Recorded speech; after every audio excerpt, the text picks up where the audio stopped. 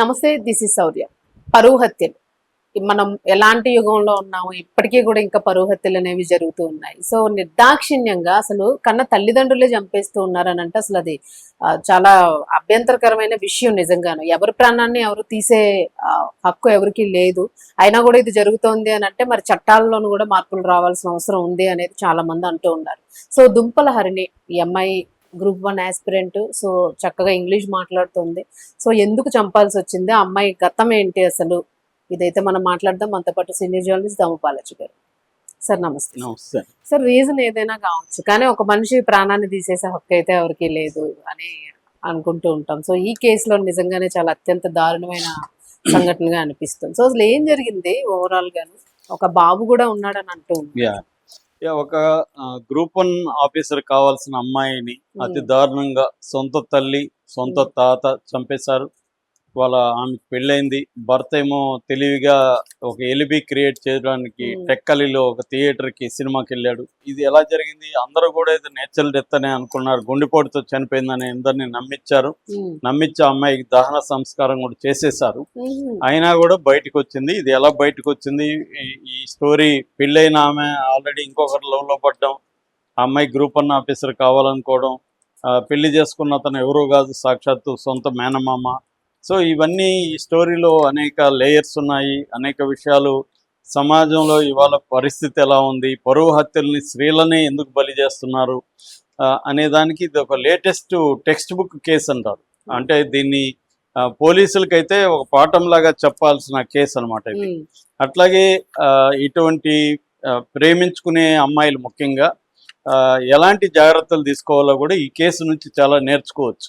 అంటే తల్లిదండ్రుల్ని నమ్మేసి వెళ్తారు చాలా మంది. మన తల్లే కదా అని వాళ్ళు కూడా సెంటిమెంట్ లేపి ఏడ్చి, నిన్ను ఎలా పెంచాను, నేను ఎలా కన్నాను, నువ్వు ఒకసారి రా ఇంటికి, నేను చూడాలని, ఇవన్నీ డ్రామాలు ఆడతారు. దాంట్లో వీళ్ళు పడిపోతారు ట్రాప్లో. సో ఈ కేసుని జాగ్రత్తగా స్టడీ చేస్తే ప్రేమించుకున్న వాళ్ళు కూడా ఎటువంటి జాగ్రత్తలు తీసుకోవాలి. అట్లాగే పోలీసులు కూడా కొంత లోకల్ దీంట్లో పోలీసులు చాలా బాగా చేశారు, ఆంధ్ర పోలీసులు. At the same time local community కానీ లోకల్ పోలీసులు కానీ దీన్ని ఇంకొంత బెటర్గా చేస్తుంటే బాగుండేదేమో అనిపిస్తుంది. ఇది ముందుగా అసలు ఏం జరిగిందో చెప్పుకుందాం. ఈ అమ్మాయి పేరు దుంపల హరిణి, 24 ఏళ్ళు. వీళ్ళది వచ్చి శ్రీకాకుళం జిల్లాలో అక్కడ లింగాల వలస పంచాయతీ, అక్కడ బ్రాహ్మణ తర్ల అనే ఒక గ్రామం. ఈ అమ్మాయికి 18 ఏళ్ళ వయసులో, అంటే 2020లో మేనమామ ఇచ్చి పెళ్లి చేశారు. ఈ అమ్మాయి ఇంటర్మీడియట్ మాత్రం కంప్లీట్ చేసింది. వాళ్ళు ఇంకా మేనమామ సంబంధం దగ్గర మనకి సంబంధం ఉంటే విత్ ఇన్ ద ఫ్యామిలీలోనే ఉంటుంది, ఆస్తులు ఎక్కడికి పోవు, ఇవన్నీ ఉంటాయి కదా, అలాగా పెళ్లి చేస్తారు. ఈ అమ్మాయి కూడా ఆ ఏజ్లో గట్టిగా మేనమామని కాదనలేక ఇంట్లో ప్రజలకి పెళ్లి చేసేసుకుంది. పెళ్లి చేసుకున్నాక అతని పేరు దుంపల దంతేశ్వరరావు, వాళ్ళ అమ్మ పేరు పైలా విజయ్ కుమారి, తాత పేరేమో బలుసాయ. సో వీళ్ళు ముగ్గురు కలిసి చంపారు యాక్చువల్గా ఈ అమ్మాయిని.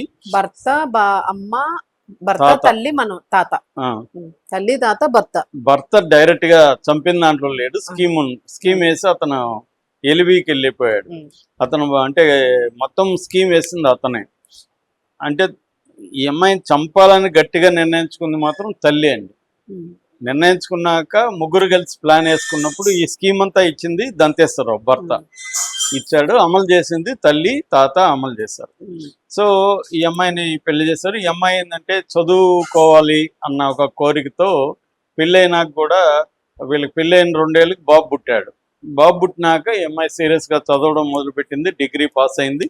తర్వాత గ్రూప్ 1 అవ్వాలనుకుంది, ఎందుకంటే బాగా నాలెడ్జ్ ఉంది. అమ్మాయి ఒక వీడియో చేసింది ఈ ఊరు వెళ్లే ముందు. ఆ వీడియో చూస్తే మీకు మంచి చక్కటి ఇంగ్లీష్ మాట్లాడుతుంది అమ్మాయి, నాలెడ్జ్ ఉంది అనేది అర్థమవుతుంది. ఖచ్చితంగా గ్రూప్ 1లో ర్యాంక్ కొట్టేది అమ్మాయి. సో అలాగా ఒక గ్రూప్ 1 ఆఫీసరు అయ్యిండేది, కన్ఫర్డ్ రేపు ఐఏఎస్ కూడా అయ్యిండేది. సో అలాంటి అమ్మాయిని సొంత తల్లి సొంత తాత చిదిమేశారు ఆమె భవిష్యత్తు జీవితాన్ని. సో ఇది అయింది. తర్వాత గ్రూప్ 1 కోచింగ్ కోసం హైదరాబాద్లో SR నగర్లో ఒక హాస్టల్లో ఉండి కోచింగ్ తీసుకుంటుంది ఈ అమ్మాయి. తీసుకుంటున్న బాబునేమో తల్లి దగ్గర వదిలేసింది. సో ఈ అమ్మాయి పుట్టి పెరిగింది కూడా హైదరాబాద్ అని ఆ వీడియోలో చెప్తుంది. మేబీ అక్కడున్న ఇక్కడ పెంచుంటారేమో, మనకి ఇంకా మిగతా డీటెయిల్స్ తెలియదు. ఆ అమ్మాయి వీడియోలో మాత్రం నేను హైదరాబాద్లో పుట్టి పెరిగానని కూడా ఒక వాక్యం ఉంది. సో ఇక్కడికి వచ్చి హాస్టల్లో ఉంటున్నప్పుడు ఈ గ్రూప్ 1 కోచింగ్లో సుధా నాగేంద్ర అనే ఒక అబ్బాయి పరిచయం అయ్యాడు ఈ అమ్మాయికి. ఆ అబ్బాయి కూడా లైక్ మైండెడ్గా ఉండడం, వీళ్ళిద్దరూ చదువుకోవడం, నోట్స్లు పరస్పరం చేసుకోవడం, పుస్తకాల రెఫరెన్సులు. ఎందుకంటే ఎక్కువగా గ్రూప్ 1 ఇవన్నీ ఏంటంటే డిస్కషన్స్ ఎక్కువ ఉంటాయి, ఒకరికొకరు చెప్పుకుంటారు, ఇవన్నీ ఉంటాయి. కాబట్టి అలాగే వీళ్ళిద్దరి మధ్య ఒక ర్యాపో డెవలప్ అయింది. ఎందుకంటే ఈ అమ్మాయికి మేనమామతో పెద్ద ఇంట్రెస్ట్ లేదు, ఏదో మెకానికల్గా అతనితో కాపురం చేసింది, బిడ్డ పుట్టాడు తప్ప వాళ్ళిద్దరి మధ్య ఒక ఎమోషనల్ బాండ్ కానీ ఏమీ లేదు. అది ఈ అమ్మాయికి తనతో ఏర్పడింది, ఎమోషనల్ బాండ్, అండర్స్టాండింగ్ ఇవన్నీ ఉంది. దాంతో ఈ అమ్మాయికి ఏమనిపించిందంటే, మనం ఇతనితో అయితే మన జీవితం బాగుంటుంది, ఇతను గ్రూప్ 1 అయ్యే అవకాశం, నేను గ్రూప్ 1 అవుతాను, ఇలాంటి వాడు ఉంటే మన లైఫ్ బాగుంటుంది, నేను ఇట్లా పెళ్లి చేసుకుంటున్నాను, నాకు విడాకులు కావాలి, నాకు ఆ సంబంధం ముందు నుంచి కూడా ఇష్టం లేదు, మీరు బలవంతం చేశారంటే వాళ్ళు షాక్ అయ్యారు. షాకే ఆబ్వియస్లీ. అంటే ఇట్లా చేస్తుందని వాళ్ళు అనుకోలేదు. వాళ్ళు ఏమంటే అప్పటి వరకు వీళ్ళ కంట్రోల్లో ఉండింది కదా. సో ఇప్పుడు ఈ అమ్మాయి ప్రపంచం మారింది, వైడన్ అయింది, ఎక్స్పోజర్ వచ్చింది. రెండోది ఈ అబ్బాయి తన నాలెడ్జ్కి తన దీనికి ఈ అబ్బాయి ఏంటంటే ఒక మెంటర్ లాగా అబ్బాయి హెల్ప్ చేస్తున్నాడు. సో భర్త ఏమో రెగ్యులర్ మొగుడు, అతను కంట్రోల్ చేసే మొగుడు. తర్వాత ఏమో అతని మీద ఈ అమ్మాయికి ఎటువంటి ఫీలింగ్స్ లేవు ముందు నుంచి కూడా, సొంత మేనమామ చిన్నప్పటి నుంచి వస్తా పెరిగింది. సో అందువల్ల ఈ అమ్మాయి పాయింట్ ఆఫ్ నుంచి ఈ అమ్మాయి కరెక్టే, కానీ వాళ్ళ ఇంట్లో వాళ్ళకి ఏంటి, ఈ అమ్మాయి మన కంట్రోల్లో ఉంది అది అంత అనుకున్నారు, ఇది ఊహించలేదు. దాంతో వాళ్ళు సహజంగానే ఎదురు చెప్పారు, కుదరదు, అలాగే చేస్తావు నువ్వు, అది ఇదని. ఈ అమ్మాయి ఏమో ఆల్రెడీ ఇతనితో లైవ్ ఇన్ రిలేషన్షిప్లోకి వెళ్ళిపోయింది. ఇద్దరు కలిసి ఇక్కడ ఒకే దీంట్లో ఉంటున్నారు, చదువుకోవడం, కలిసి జీవించడం మొదలు పెట్టేశారు. సో ఈ అమ్మాయి ఏంటంటే ఫిక్స్ అయిపోయింది, ఇంకా నేనైతే మా మేనమామతో కాపురం చేయను, నేను ఈ అబ్బాయితో ఉంటాను ఫిక్స్ అయిపోయింది. కానీ ఇప్పుడు వీళ్ళు పెళ్లి చేసుకోవాలంటే విడాకులు కావాలి కదా. సో విడాకులు కావాలి, పైగా కొడుకు అక్కడ ఉన్నాడు, కొడుకు కావాలి. దీంతో ఈ అమ్మాయి వాళ్ళిద్దరి మధ్య గొడవలు మొదలయ్యాయి, తల్లికి వీళ్ళకి మధ్య. దాంతో వాళ్ళు బెదిరించడం మొదలుపెట్టారు. ఒకసారి కొడుకుని చూడడానికి ఈ అమ్మాయి వెళ్ళినప్పుడు అమ్మాయిని బంధించేసి ఒక 5 రోజులు ఎక్కడికి పోనీయలేదు, కొంత చిత్రహింసలు పెట్టారు, తల్లి కూడా కొట్టింది, ఇవన్నీ గొడవలు జరిగాయి. దాంతో ఈ అమ్మాయి వచ్చి ఇక్కడ బాలానగర్లో పోలీస్ స్టేషన్లో కేసు పెట్టింది, ఇట్లా మా వాళ్ళు నన్ను టార్చర్ చేశారు, అది ఇదని. సో వీళ్ళేదో మామూలుగా విచారించి కౌన్సిలింగ్ ఇస్తారు కదా, తల్లిదండ్రులే చేశారంటే ఏం చేస్తారు, కౌన్సిలింగ్ ఇచ్చి పంపించేశారు. అమ్మాయి మేజరు, అమ్మాయి విడాకులు అడుగుతున్నప్పుడు మీరు ఇవ్వాల్సిందే, అంతేగాని మీరు కొట్టే హక్కు మీకు లేదు, ఇట్లాంటివి చెప్పి ఇంకొకసారి చేస్తే మేము కేసు పెడతాం, అది ఇది అని చెప్పి వాళ్ళని పంపించేశారు. పంపించినాక ఇలా జరుగుతుందండి, 2 ఏళ్ళుగా జరుగుతుంది ఈ గొడవ. జరుగుతుంటే ఇప్పుడు ఏమైందంటే వాళ్ళు తెలివిగా ఒక ప్లాన్ వేసుకున్నారు, అంటే ఈ అమ్మాయి మారదు కాబట్టి మనం ఈ అమ్మాయిని చంపేయాలి, మన పరువు పోతుంది, ఈ అమ్మాయి కానీ ఇప్పుడు నిన్ను వదిలేసి అక్కడికి వెళ్ళి పెళ్లి చేసుకుంటే మన పరువు పోతుంది ఊర్లో అని చెప్పి వాళ్ళు, తల్లి ఏం చేస్తుందంటే చంపేద్దామని డిసైడ్ అయింది కూతురుని. అంటే ఈ 2 ఏళ్ళుగా గొడవల్లో తల్లి కూడా దూరం, మానసికంగా కూడా ఈ అమ్మాయికి దూరం అయిపోయింది. ఈ అమ్మాయి నా పరువు తీసింది కాబట్టి ఈ పిల్ల ఉండకూడదు అని తల్లి డిసైడ్ అయింది. భర్తకి ఎలాగో కోపం ఉంటుంది, తాత కూడా పరువు, తాత ఆయన కూడా పరువు. తండ్రి టాపిక్ లేదండి, ఉన్నాడు లేదు మనకు తెలియదు, ఇక్కడైతే ఎక్కడ రాలేదు పేరు. సో దాంతో వీళ్ళు ముగ్గురు కలిసి ప్లాన్ వేసుకున్నారు. ప్లాన్ వేసుకొని ఈ అమ్మాయిని మన ఊర్లో మన ఇంట్లో అయితే చంపడం ఈజీ అని చెప్పి ప్లాన్ వేశారు. అయితే ఎలా రప్పించాలంటే, విడాకులు ఇస్తాము, నువ్వు ఇక్కడ పెద్ద మనుషులతో పంచాయతీ చేయాలి, సో పంచాయతీ చేసి తేల్చేసి నువ్వు వెళ్ళిపో, ఊరికని వెళ్ళిపోతే ఎట్లా, బిడ్డ ఉన్నాడు, ఇవన్నీ తెగాలి కదా, అతను మీ మేనమామ, అవి ఇవేనో చెప్పారు. సో ఈ అమ్మాయి ఏమనుకునింది, సరే ఒకసారి వెళ్ళేసి వచ్చేస్తే విషయం అయిపోతుంది, వచ్చేస్తుంది, మనం ప్రశాంతంగా ఉండొచ్చు అనుకొని అమ్మాయి వెళ్ళింది. ఎప్పుడు మే 30th బయలుదేరుతున్నప్పుడు అమ్మాయికి ఎక్కడో అనుమానం ఉంది, అందుకని ఒక సెల్ఫీ వీడియో చేసింది, పోలీసులను అడ్రస్ చేస్తూ వీడియో చేసింది. ఇలాగా నేను వెళ్తున్నాను, గతంలో కూడా నేను కేసు పెట్టాను, సో ఒకవేళ జూన్ 5 వరకు నా ఫోను స్విచ్ ఆఫ్ అయినా, లేకపోతే నేను రాకపోయినా, నాకేదో జరిగినట్టుగా మీరు భావించి దీని మీద ఎంక్వైరీ చేయండి, నన్ను బంధించే అవకాశం ఉంది, ఇంకొక చేసే అవకాశం ఉంది. చంపుతారనేది అయితే లేదు అనుకోలేదు. దాంట్లో. మేబీ అమ్మాయి కూడా అనుకోకపోయి ఉండొచ్చు, బలవంతంగా బంధించి రానియకుండా చేస్తారేమో అనుకోండొచ్చు. చంపుతారని ఆ అమ్మాయి కూడా ఊహించలేదు. కాకపోతే ఈ వీడియోలో అదైతే చెప్పింది, మీరు పోలీసులే మీరే చూడాలి, మీ మీద నమ్మకంతోనే వెళ్తున్నాను అనేది లాస్ట్ సెంటెన్స్ అండి. పోలీసుల మీద నమ్మకంతోనే నేను వెళ్తున్నాను, నాకేమన్నా అయితే మీరే చూడండి. అంటే ఈ అమ్మాయి చనిపోతారనుకుని ఉంటే అసలు వెళ్ళదు, చంపుతారనే ఐడియా లేదు అమ్మాయి, బంధిస్తారనే ఐడియానే ఉంది అమ్మాయికి. అందుకనే ధైర్యంగా వెళ్ళింది. అంటే తల్లి కానీ వాళ్ళు ఎక్కడా కూడా ఈ అమ్మాయికి చంపుతామన్న యాంగిల్లో వాళ్ళు థ్రెట్ గానీ ఏమి చేయలేదు, అందుకే బిహేవ్ చేయలేదు. వాళ్ళంతా మెలో డ్రామా చేసి ఏడ్చి ఇవన్నీ చేస్తుంటారు. దాంతో ఈ అమ్మాయి నమ్మి వెళ్ళింది. వెళ్ళినాక వాళ్ళు ఏం చేస్తారు, ఈ అమ్మాయి 31st వెళ్ళింది కదా, లేట్ ఎందుకని అదే రోజు చంపేశారు. నైట్ ఈ అమ్మాయి పడుకొని ఉంది. ముందుగానే ప్లాన్ ప్రకారం వీళ్ళ దంతేశ్వరరావు ఏమో టెక్కలిలో ఒక థియేటర్కి వెళ్ళాడు, భవానీ థియేటర్కి సినిమాకి వెళ్ళాడు అదే రోజు. ఎందుకంటే ఎలిబి ఉండాలా, నేను చంపలేదని చెప్పడానికి, దొరికితే ఒకలా అంటే వాడికి ఐడియా ఉంది దొరికే అవకాశం ఉందని. సో అందుకని వెళ్ళాడు అతను. వీళ్ళిద్దరిలో తల్లి కాళ్ళు పట్టుకునింది, తాత రాడ్డు తీసుకొని తల మీద కొట్టాడు. అమ్మాయి ఇంకా పెనుగులాడలేక చనిపోయింది. చనిపోయినాక ఏం చేశారంటే వీళ్ళు ఎప్పుడో నైట్ 10కో ఎంతకు చనిపోతే అర్లీ మార్నింగ్ 2-3 గంటల మధ్య ఈ అమ్మాయిని దహనం చేసేసారు దగ్గర బంధువులకు చెప్పేసి. మరుసటి రోజు ఉంటే ఇదేమన్నా కేసు అవుతుంది ఏమన్నా భయపడి అందరికి చుట్టుపక్కల వాళ్ళకంతా హార్ట్ అటాక్ అని చెప్పారు. ఆ నైట్లో ఎవరు కూడా ఒకవేళ అనుమానాలు వచ్చాయంట వాళ్ళందరికీ, విఆర్ఓకి వీళ్ళందరికీ అనుమానాలు వచ్చాయంట. సరే వీళ్ళేదో వాళ్ళ కూతురు కదా వాళ్ళే చంపుంటారా అనుకోలేదు.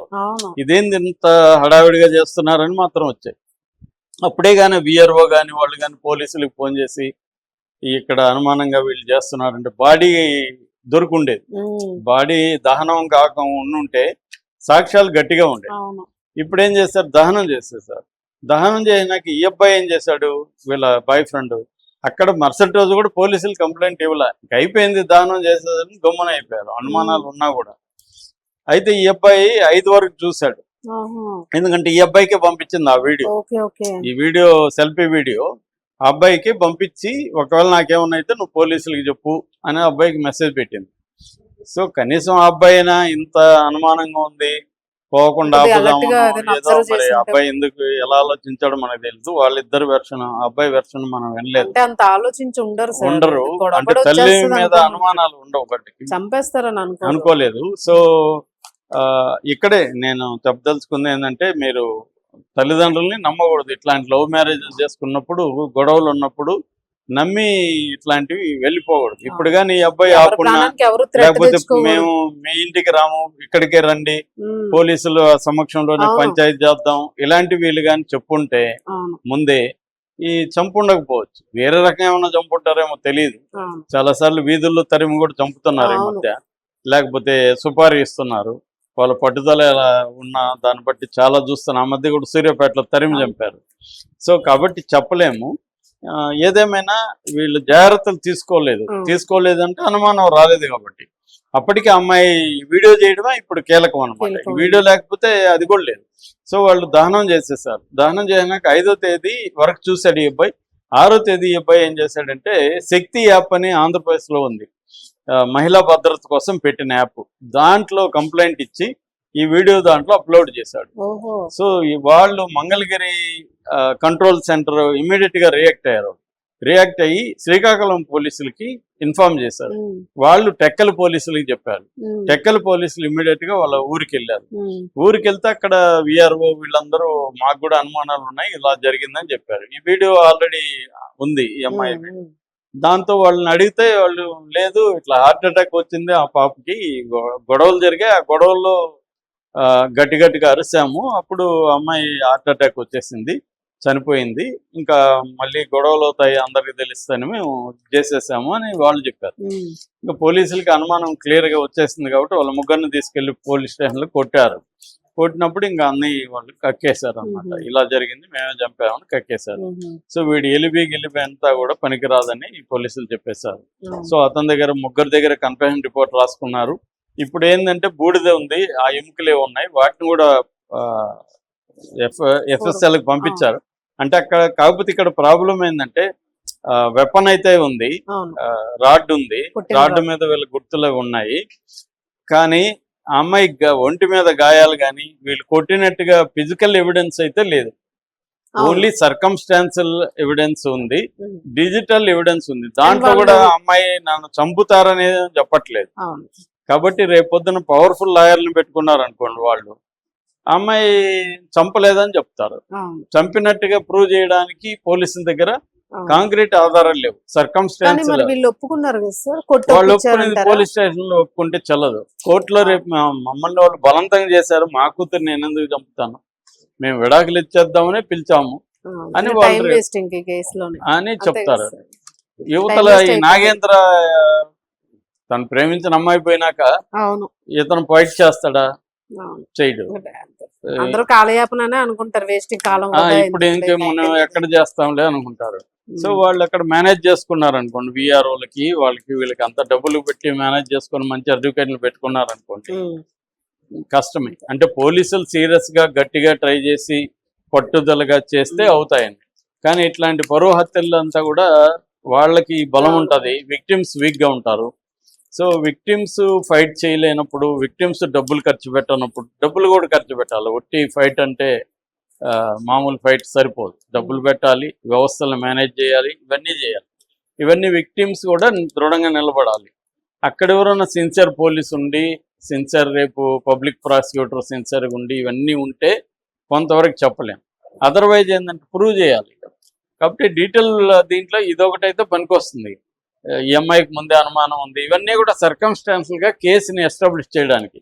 కానీ బెనిఫిట్ ఆఫ్ డౌట్ కింద రేపొద్దున వదిలేయచ్చు. కాబట్టి ఈ కేసు నిలబడుతుందా అనేది చూడాలి. నిలబడితే మాత్రం గ్రేట్. కానీ ఇక్కడైతే అభినందించాల్సిన శక్తి యాప్ బాగా పనిచేసింది, అవునవును. అబ్బాయి కూడా active గా మంగళగిరి ఉన్నాడు. పోలీసులు బాగా పనిచేశారు, ఈ అబ్బాయి కూడా పనిచేస్తారు. కాకపోతే ఏంటంటే దీంట్లో నేర్చుకోవాల్సింది ఏంటంటే ఇట్లాంటి లవ్ లో ఉన్న వాళ్ళు అవును. Don't believe anybody. ఎవరి మీద నమ్మకంతో మీరు సేఫ్టీ చూసుకోండి. అవును. ఆ మధ్య కూడా ఇలాగే ఒక పంచాయతీ నా కానీ దగ్గర ఇందులో ఏంటంటే సార్, ఒక అంటే అది మనం అంటే అలాంటి సంబంధం మీరు ఎంకరేజ్ చేస్తారా అని అంటే కాదు అది కానీ, వాళ్ళ ఇష్టం అండి. ఓపెన్ గా చెప్పారు ఇది కరెక్ట్ గా ఉన్నారు సంబంధం అసలు. అనేది ఇప్పుడు ఏదో ఒక దొంగతనంగా ఒక చేయకుండా. ఇష్టం లేని బంధంలో అవును. బలవంతంగా Clear గా ఇరుక్కుపోవాలని ఉన్నారు చెప్పే ఇద్దరు. హక్కు ఎవరికి ఉందండి? అవును. ఆ అమ్మాయి ఇష్టపూర్వకంగా పెళ్లి చేసుకోలేదు, అవును. పెళ్లి చేసేసారు 18 ఏళ్లలో. సో ఇప్పుడు ఆ అమ్మాయిని జీవితాంతం నువ్వు అతనితో కాపురం చేయమని చెప్పే హక్కు అవును. ఎవరికి? అది దుర్మార్గం కదా. ఆ అవును. అమ్మాయికి నిర్ణయించుకునే హక్కు ఉంది. వాళ్ళకి ఇష్టం లేకపోతే వాళ్ళు వదిలేయాలి, అంత తప్ప వాళ్ళు చంపే హక్కు వాళ్ళకి ఏముంది? అవును. లీగల్ గా లేదు, సామాజికంగా లేదు. సో ఇప్పుడు ఈ అమ్మాయి జీవితం నాశనం చేశారు. ఇప్పుడు ఆ బాబు పరిస్థితి ఏంటి ఒకసారి ఆలోచించండి. నాలుగేళ్ల ఆయనదే ఉంది సార్, ఇంకో పెళ్లి చేసుకుంటాడు, అదే ఇబ్బంది అతనిది లేదు. ప్రాబ్లం లేదు. ఇప్పుడు లేదంటే ఇంకేదైనా బాబుని చేసుకుంటాడు. ఎలా చేయబోతారు అనేది అదొక పెద్ద పిల్లాడు అనాథ. అబ్బాయికి ట్రామా ఉంటది. సో ఇలాగే ఏంటంటే ఇట్లాంటి పెళ్లిళ్ళు చేసుకునే వాళ్ళు అమాయకంగా ప్రేమించేసి అవును. రొమాంటిక్ గా ఫీల్ అవడం కాకుండా క్రిమినల్ గానే ఆలోచించాలి, అవును. లీగల్ గా ఆలోచించాలి, సేఫ్టీ చూసుకోవాలి. ఆ మధ్య ఒక Main కేసు safety, వచ్చినప్పుడు legal కూడా ఉండాలి. ఇలాగే వాళ్ళ బంధువులు ఇంటికి రమ్మన్నారు నన్ను అవును. పంచాయతీ కంటే, అది కూడా నైట్ పిలిచారు వాళ్ళు. అవును. నా దగ్గరికి వచ్చినప్పుడు నేను 100% ఆపేసాను. అతను అవును. పోవద్దు నువ్వు, అవును. వాళ్ళని ఇక్కడికి రమ్మను, పబ్లిక్ ప్లేస్లకి రమ్మను, అంతే. పబ్లిక్ ప్లేస్ లో డిస్కస్ చేయమను అని చెప్పి మళ్ళీ వాళ్ళని ఇక్కడికి రప్పించాం. అవును. చాలా లేకపోతే మందిని ఏమవుతుందంటే వాళ్ళు ఎమోషనల్ గా రియాక్ట్ అయ్యి కూడా చంపేస్తారు ఒక్కోసారి. అవునవును. సో అందుకని ఇవన్నీ ఆలోచించుకోవాలి, ప్రతి స్టెప్ ఆలోచించి చేయాలి. వీళ్ళు ఏంటంటే ఆశకి వెళ్ళారు, విడాకులు వచ్చేస్తుంది పెళ్లి చేసుకోవచ్చు అనే దానికి వెళ్ళారు తప్ప నమ్ముతారు కదా సార్. అది అక్కడ నమ్మకుండా ఉండడం అనేది ఇంపార్టెంట్. Thank you sir.